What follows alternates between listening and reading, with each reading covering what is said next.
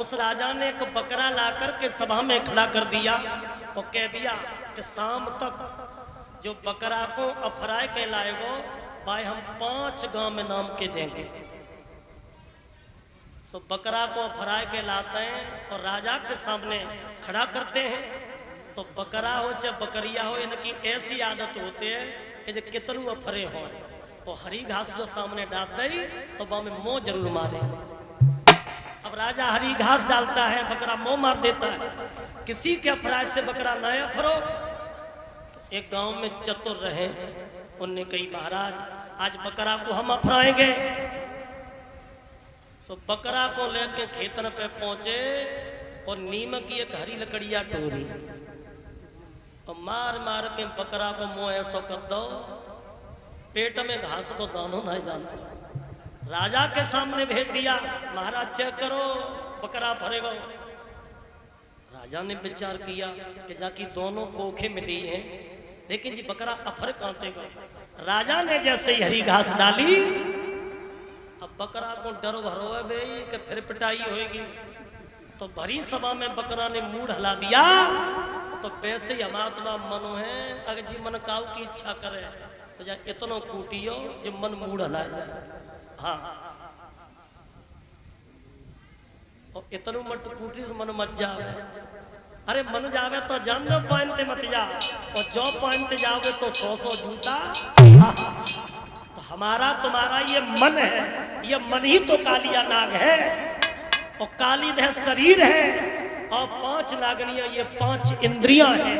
इसने इंद्रियों को मन को बस में कर लिया, उसी ने कालिया नाग को नाथ लिया। अब कालिया नाग बोला प्रभु मैं कहां जाऊं? बोले तुम 5 नागनियों को लेकर के रमणक द्वीप पर चले जाओ। बोले रमणक द्वीप पर नहीं जा सकता, अगर रमणक द्वीप पर जाऊंगा तो मेरा और गरुड़ का बैर है, गरुड़ मेरा भक्षण कर जाएगा। तो भगवान ने कहा कि कालिया तुम्हारे फन पर दोनों पैर छप चुके हैं, अब गरुड़ तुम्हारा कुछ भी नहीं बिगाड़ सकता। वैसे तो ये गरुड़ और कालिया ना मोह से आते भैया हैं, मोह से आते भैया हैं, लेकिन इनमें दुश्मनी कब हुई, क्यों ही, मैं आपको अति संक्षेप में बताता चलूं। कश्यप ऋषि की 2 पत्नी हैं, बंता और कद्रू। तो एक दिन कश्यप ऋषि ने दोनों पत्नियों से कहा कि आप हमसे कुछ खुश होकर के मांग लो। तो जो कद्रू नाम की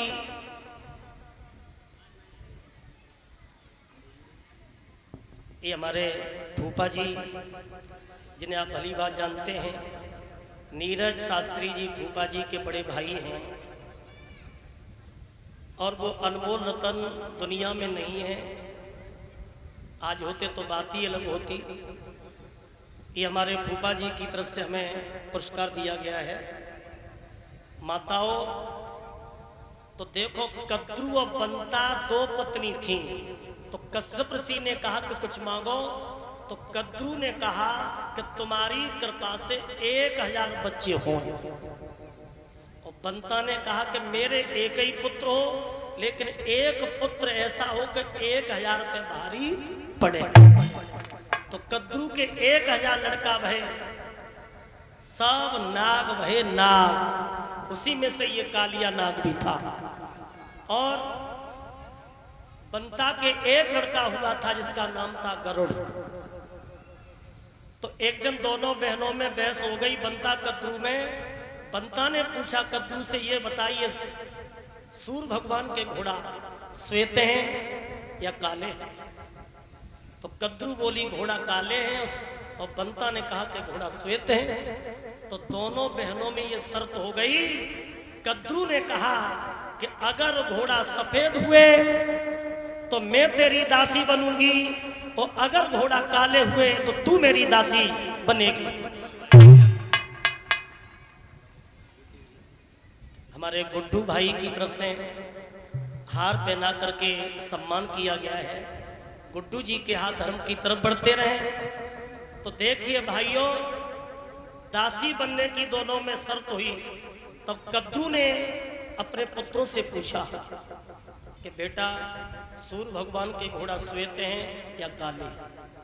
लड़का बोले मैया घोड़ा तो सफेद है। तो कद्दू ने कहा कि बेटा तेरी मैया जीवन भर तेरी मौसी की दासी बन के रहेगी। मैंने कह दिया कि घोड़ा काले हैं, 1000 नाग चले और घोड़ों पे चिपट गए। अब जो सफेद घोड़ा थे वो काले दिखाई देने लगे और बंता के साथ धोखा हो गया। बंता दासी बनी, तभी से गरुड़ का और कालिया नाग का पैर हो गया था। बोल गोविंद भगवान की। अब तालियां बजाते हुए दोलान का कीर्तन समय भी पूर्ण होने जा रहा है।